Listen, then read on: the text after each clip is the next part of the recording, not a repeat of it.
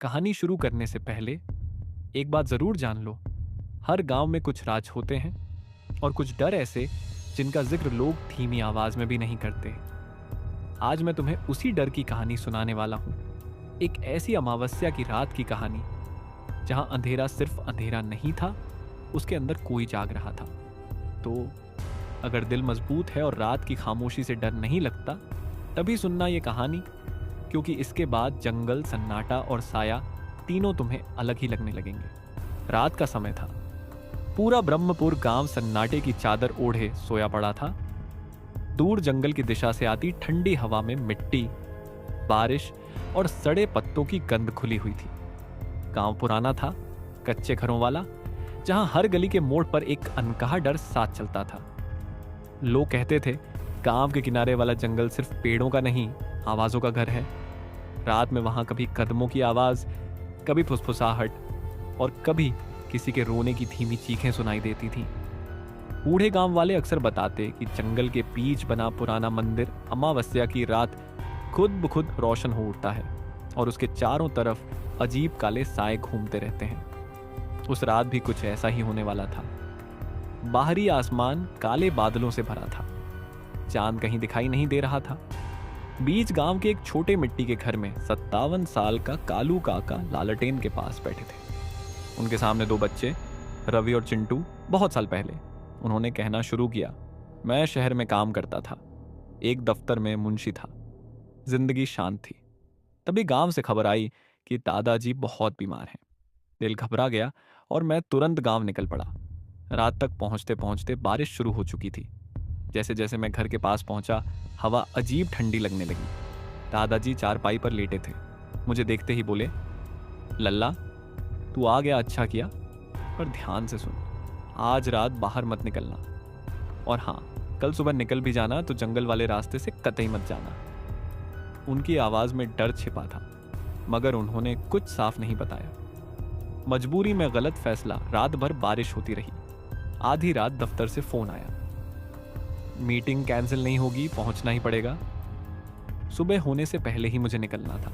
दादाजी सो रहे थे या शायद सोने का ढोंग कर रहे थे। मैंने सोचा, जंगल का रास्ता छोटा है, जल्दी स्टेशन पहुंच जाऊंगा, और मैं निकल पड़ा उसी रास्ते पर जिसे दादा ने मना किया था। जंगल का अजीब सन्नाटा, बारिश, धुंध और मिट्टी की गंध से रास्ता डरावना लग रहा था। पेड़ हिलते तो लगता जैसे कोई फुसफुसा रहा हो, मत जाओ, लौट जाओ। फिर तभी एक पेड़ के पीछे काला हिलता हुआ साया दिखा। वो जमीन से ऊपर तैर रहा था। मेरे कदम जम गए, दिल तेजी से धड़कने लगा। अचानक मेरे भीतर कोई आवाज गूंजी, देख कर आ, कौन है? जब मैंने करीब जाने की हिम्मत की, वो साया धीरे धीरे एक औरत के रूप में बदल गया। भीगे लंबे बाल, झुके कंधे, हाथ में मिट्टी से सना लाल दुपट्टा। मैंने पूछा, अरे बहन जी, कौन हो आप? वो चुप, सिर्फ हल्की सी हरकत। मैंने और पास जाकर देखा, दुपट्टे से हल्की खून जैसी गंध आ रही थी। फिर उसने धीरे धीरे कहा, मैं रास्ता भटक गई हूं, मेरा घर यहीं पास है, छोड़ दोगे? दिल में दादा की बात गूंजने लगी, पर फिर सोचा, अकेली औरत है, डर गई होगी।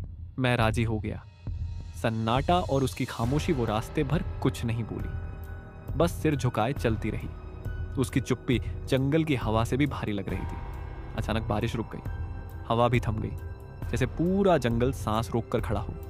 वो एक जगह रुक गई और बोली, मेरा घर आ गया। मैंने चारों ओर देखा, न घर न झोपड़ी, बस धुंध और चारों तरफ बिखरी कब्रें। मैं सन्न रह गया और असली रूप सामने आया। पीछे मुड़कर देखा, वो औरत अब जमीन में जड़ की तरह खड़ी थी। उसके बाल हवा में नहीं हिल रहे थे। उसके चेहरे से बाल हटे और मैं जम गया। चेहरा सड़ा हुआ, आंखें गुफा जैसी खाली, होंठों से काला खून टपकता, लंबे नुकीले नाखून, बाल जमीन पर सांप की तरह फैल चुके थे। वो आवाज जो इंसानी नहीं थी, गूंजी, अमावस्या की रात मेरे जंगल में आएगा तो लौट कर नहीं जाएगा। अगले ही पल वो मुझ पर झपटी। उसकी भयानक चीख पूरे जंगल में फैल गई। मैं जान बचाकर भागा। पेड़, कीचड़, अंधेरा, कुछ भी अब मायने नहीं रखता था। उसकी हंसी मेरे पीछे पीछे सरकी जा रही थी। भाग ले जितना भाग सकता है, रास्ता अब मेरा है। मैं दौड़ता ही गया।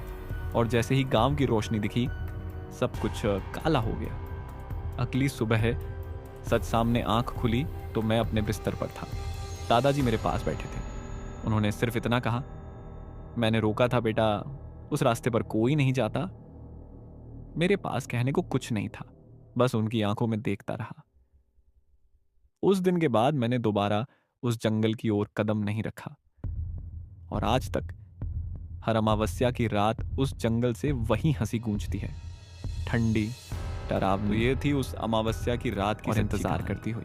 आज भी ब्रह्मपुर गांव के लोग कहते हैं, जंगल में वो औरत अब भी भटक रही है, अपने रास्ते पर आए किसी नए कदम का इंतजार करती हुई।